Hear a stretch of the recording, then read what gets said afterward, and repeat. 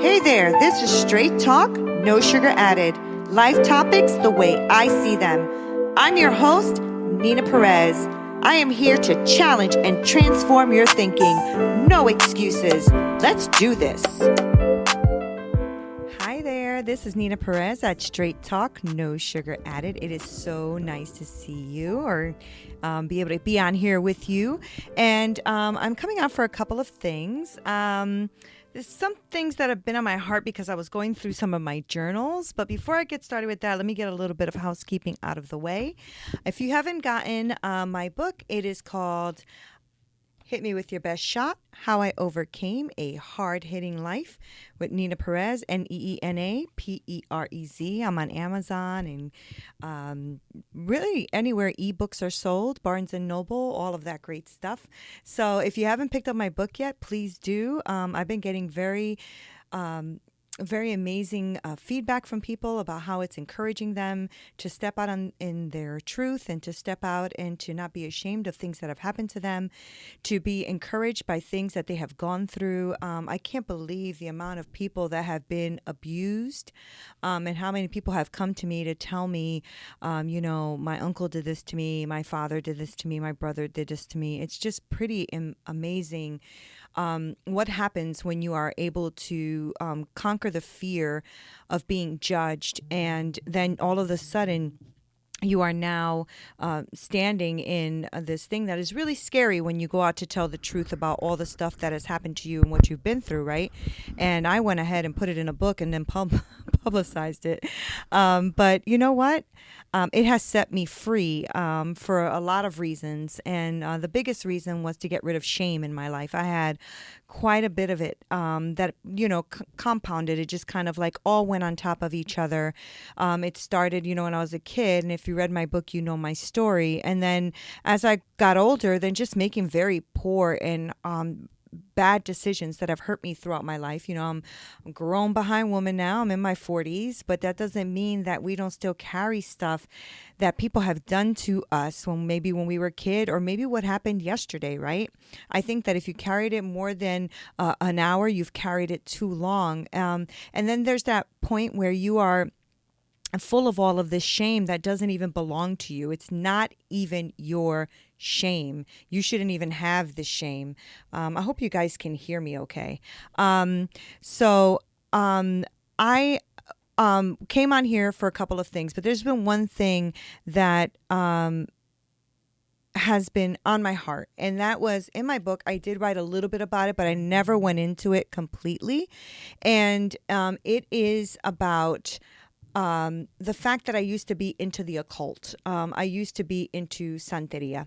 And Santeria, for those of you who do not know, it is a occultic religion or occult religion that worships saints, and not any saints that you kind of really heard of. It's more like African saints, right? So we have high priestess and high priests that, basically they do these big parties where they all dress in white, and they pretty much get like demonically possessed, and they just like go around and lay hands on people. And it's a very dark religion.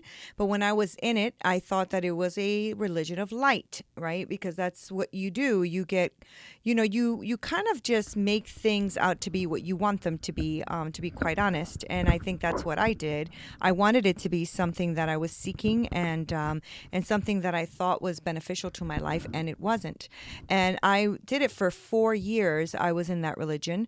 And in that religion, I had rituals that I had to do, and some of them were long rituals, which were 7 or 9 days, depending on the demon. I want to say demon because I don't want to confuse people by saying saints, but that's what they call them, right? Saints or spirits that would last either 7 days, 9 days, 14 days, 21 days. It depends on what your need was and how much you wanted to get into this, the ritual, right?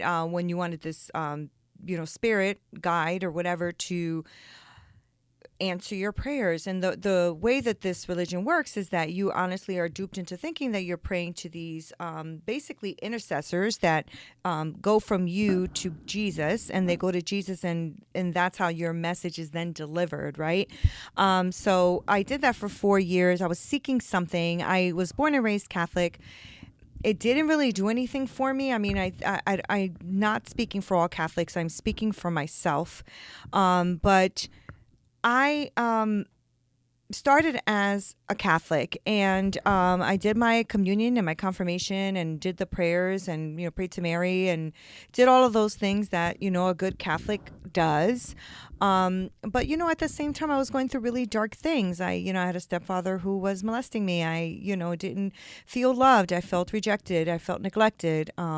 Biological father who never claimed me, so I had my own little issues that I was going through. And so maybe that had something to do also with not connecting with God, and also the fact that, Catholicism for me was very repetitive, and I didn't feel like I was getting anything from it. So as I got older, as most of us do, we go our own way. We start, doubting everything, and we get taught things about creation and all the other religions in the world, and, spirituality and how to connect to the world and how to connect to the universe and all that great stuff. And I did that for a while. And, so getting into a religion that, pray to saints wasn't really far-fetched. It wasn't foreign. So I think the only thing that was foreign was, getting the fact that you had to pray to these saints in specific ways. I had to go to, they call them botanicas. And botanica is where you go and you get, your candles, the ashes that you need, the rum, the, whatever it is that you need for this particular spirit or saint, because each particular spirit or saint had their own things that they liked. I've gone to tarot card readings and bone readings. What is a bone reading? Well, this guy took a bowl of like chicken bones and stuff like that. I think it was chicken bones, and he put them in a bowl, and he like shook them up, and there was candles and incense everywhere. The whole room was covered wall to wall with different statues and saints, like covered wall to wall, and some of them very demonic. There was like snakes and dragons and like evil just like evil presence, and I don't even know how to explain it. I just know that I walked in and like this is deep, So I did that for 4 years, and I remember that the guy who was guiding me through all of this, he was a really nice guy. I really liked him, but he was deep into this, and so he was teaching me, right? I mean, and the way that the religion tricks you is that you use the book that I had that they recommended for me to use was a book of Psalms, but not from the Bible. It was literally its own printed book that said Psalms on it. And that book, you had to use certain ways to manipulate the spirit that you wanted to go and, basically pray to them to manipulate whatever it is you wanted, right? So I did this for 4 years, and I remember putting candles all around me, and I remember, getting all the incense, and I remember getting all the candles, and I can tell you that I open doors to things I shouldn't have opened doors to. And I know a lot of people, kind of fight and don't believe in things like, spirits or demons or, anything like that. But I'm going to tell you that it is true. I mean, those things do exist. And the reason I say that, my kids can verify, because when they were younger is when I was doing this. And I remember us sitting at the dinner table sometimes, and we're sitting there and a door would fly open, or a curtain would fly open, or, the door would slam, or whatever it was. And the kids are like, Mom, the spirits are here again. And I'm like, oh, I know. Just close the door. It's fine. They're here to help us. And we lived like that for a while. But I tell you that I went through like these mini plagues, if you will, which was really weird. And,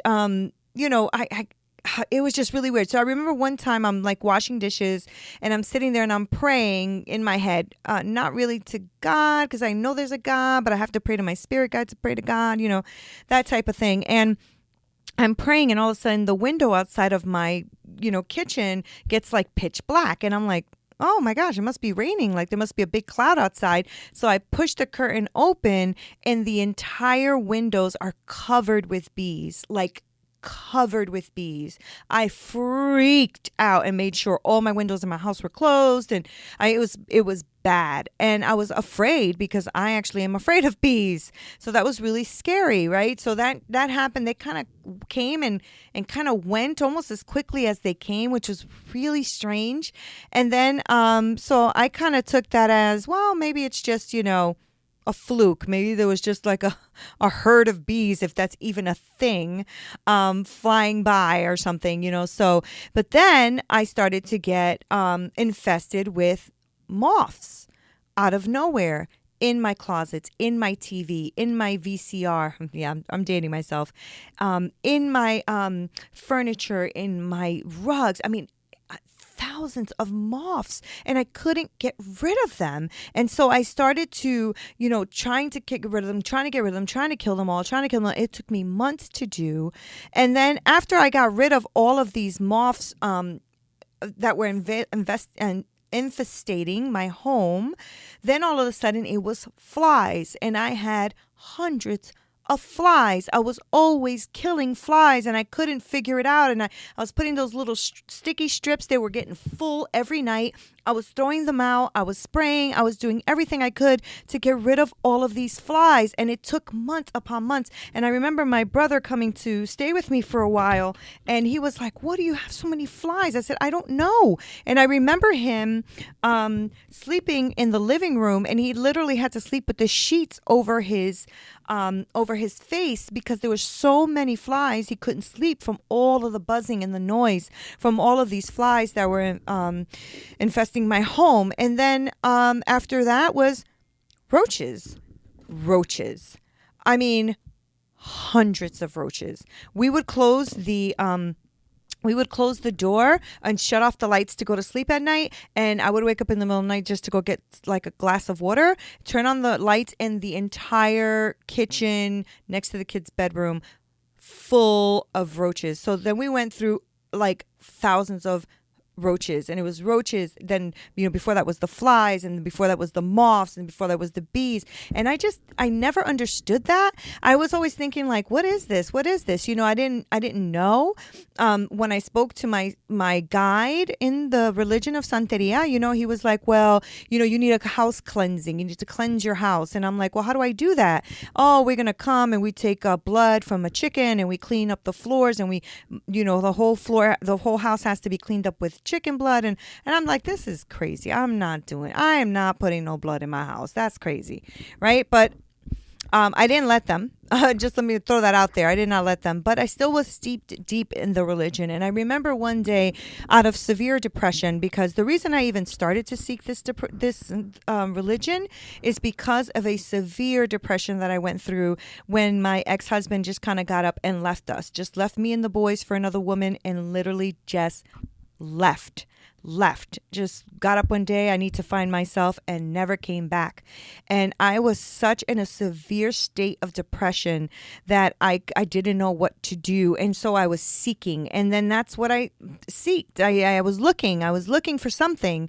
And the gentleman that I was talking to, that was a friend of mine, and he was steeped in this religion. I was talking to him on the phone. I was telling him about what my husband did and all this other stuff. And he's like, "Oh, you need to pray to Oshun and to see a Babalao and all this other stuff." And I'm like, "Well, what is that?" "Oh, this is a high priest, and this is Oshun is this very powerful African saint that you can pray to that will do amazing things for your home and blah blah blah." Well, so I was like, okay, I mean, that sounds good, right? I mean, you put, like all this stuff over your door, and you put an egg under your bed. And, those of you who have been in Santeria or have had family in this occult, you know what I'm talking about, right?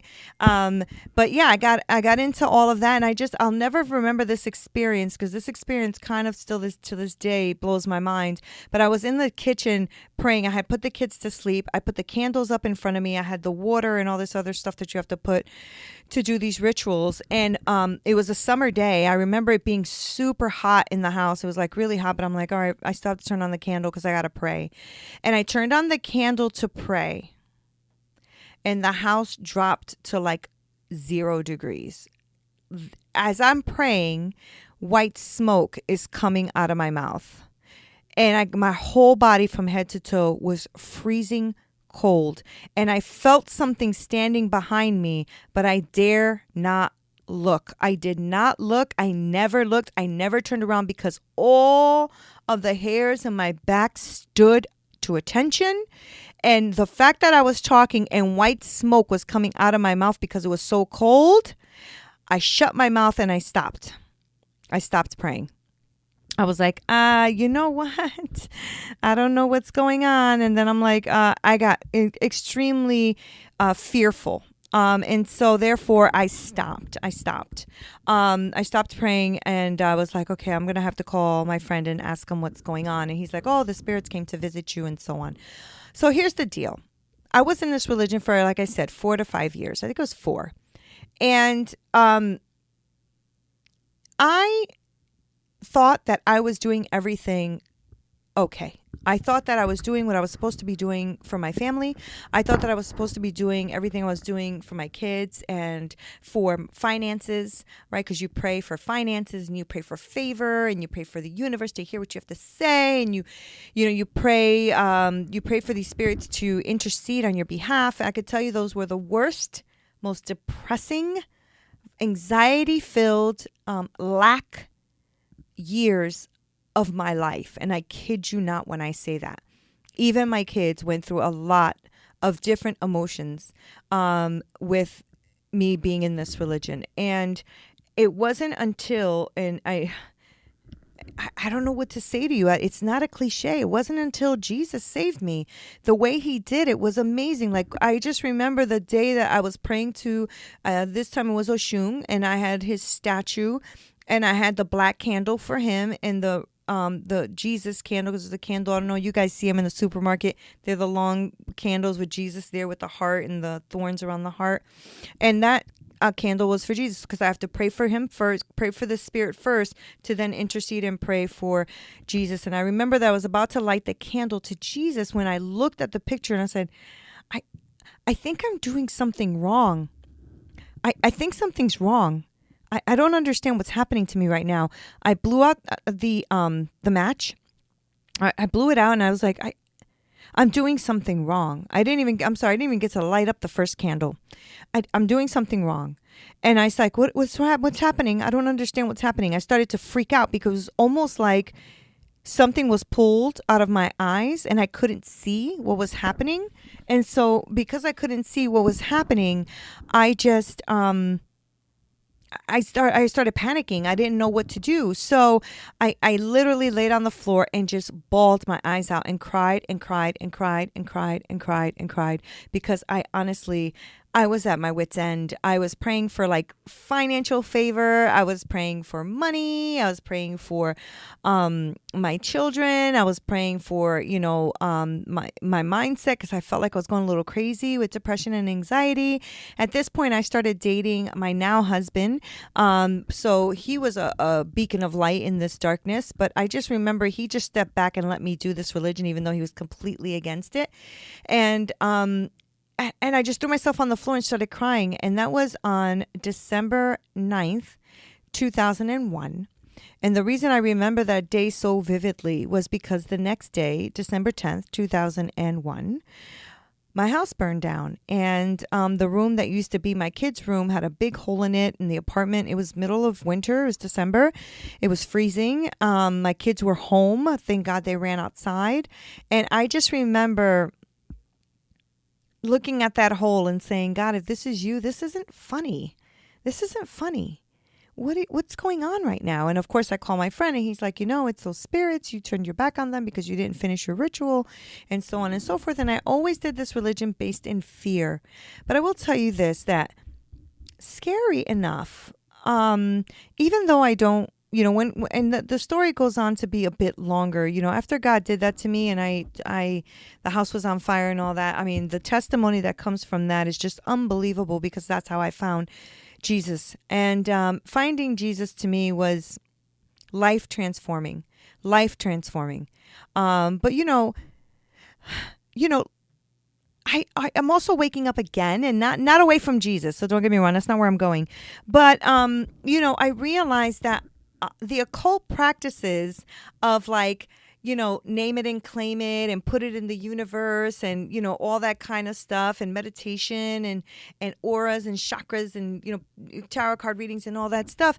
It's found its way in the church. And I'm just like now looking and going, wow, we're in trouble. Especially since I like read an article, I forgot where it was, about divinity cards, which are cards that are instead of being translated or given to you by demons, which is tarot cards, they're given to you by angels.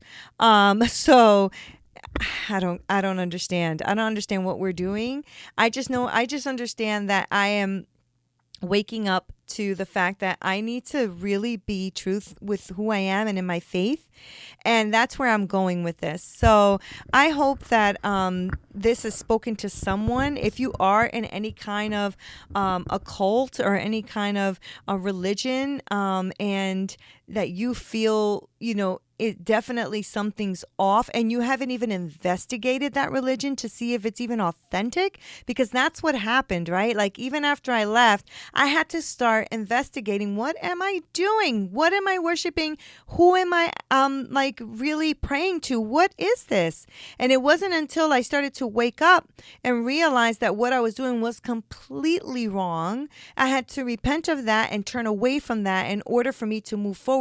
And you know what? Because of that transformation in my life, I'm not going to tell you that things were easy, but depression lifted, anxiety lifted, that anger and that frustration and all of that stuff in my life lifted in a big way, because I realized that I am covered. I am a child of God, and that God does love me. And I realized that I didn't need these fake, demonic rituals to be in my life. What I needed was God. I just didn't know that.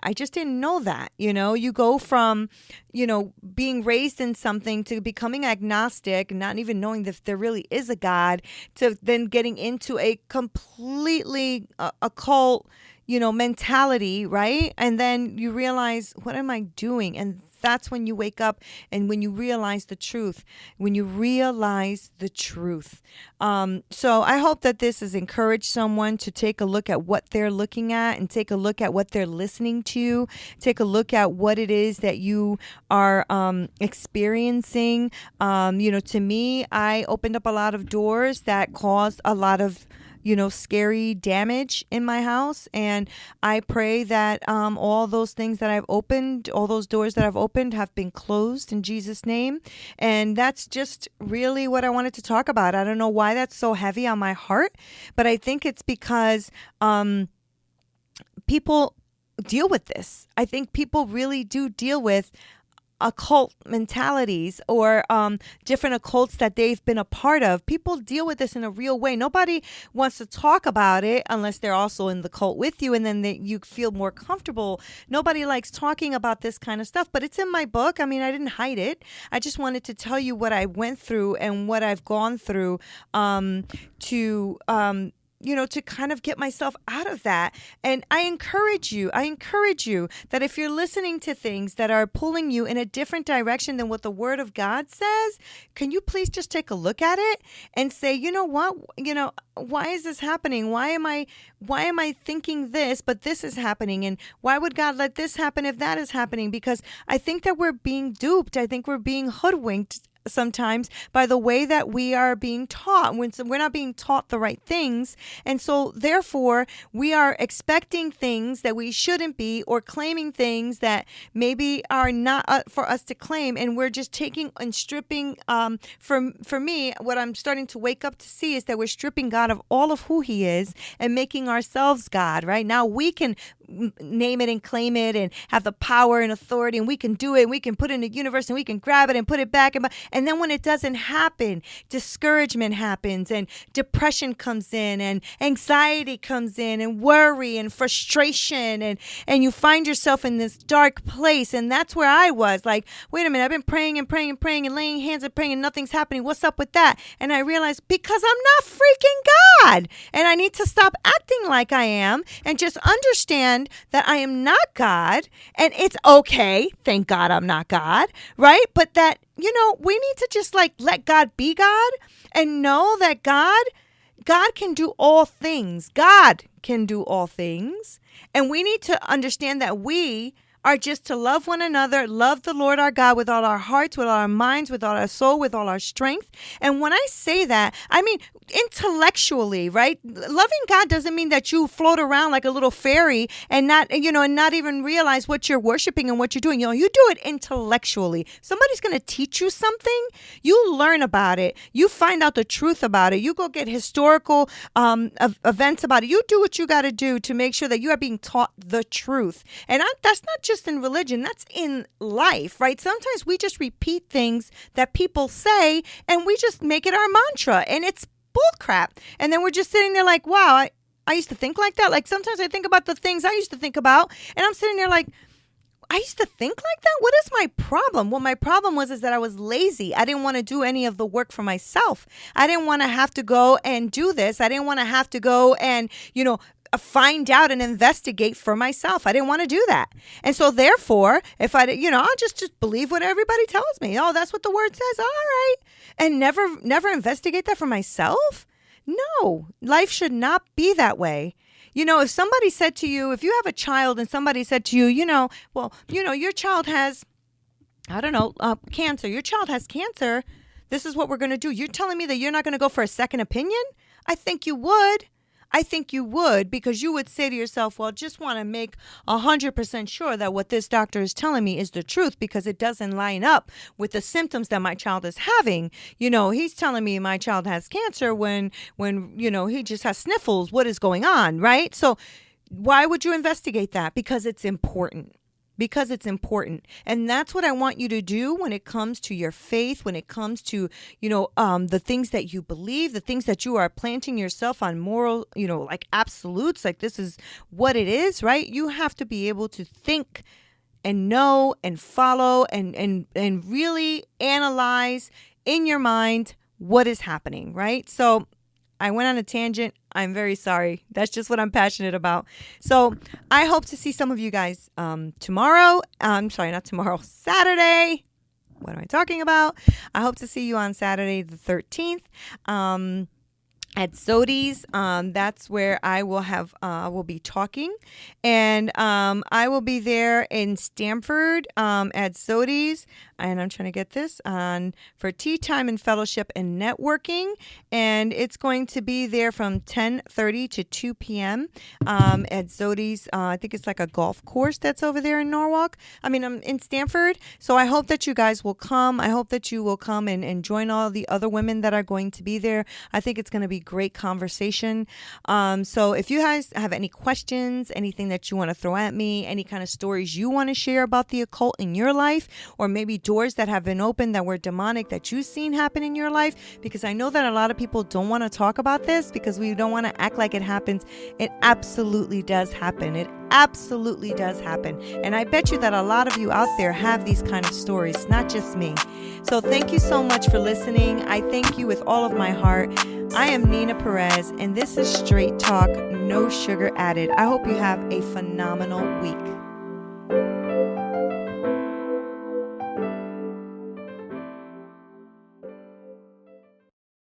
Okay, here's how Miro works. See, it's amazing. What's everyone doing at David's desk?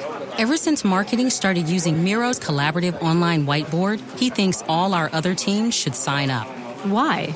He says Miro's making his meetings disappear. And if every team gets on it, that means even less meetings. They're using Miro for brainstorms, mind maps, customer research. So could we use Miro instead of having another 100 meetings for every round of feedback? Yep. You can comment, react to ideas, even leave a recording on the board. And what about presentations? There are Miro templates for that. How do you know so much about Miro? I've actually been using it all along. I just used a Miro board to plan the best vacation. Okay, I'm on board. See how Miro users save up to 80 hours every year by meeting less and doing more. Get on board at Miro.com with 3 boards free forever. That's MIRO.com. Dermavant Sciences CEO Todd Zavodnik shares why they're driven to change how chronic skin diseases are treated. In dermatology, the 2 largest disease states are psoriasis and atopic dermatitis, known as eczema. And the option that's been available for the last 30, 40, 50 years has been steroidal topical treatment options. And there's so many limitations to that. Our mission is to move that to a non-steroidal, once-a-day treatment option. Visit Dermavant.com to learn more.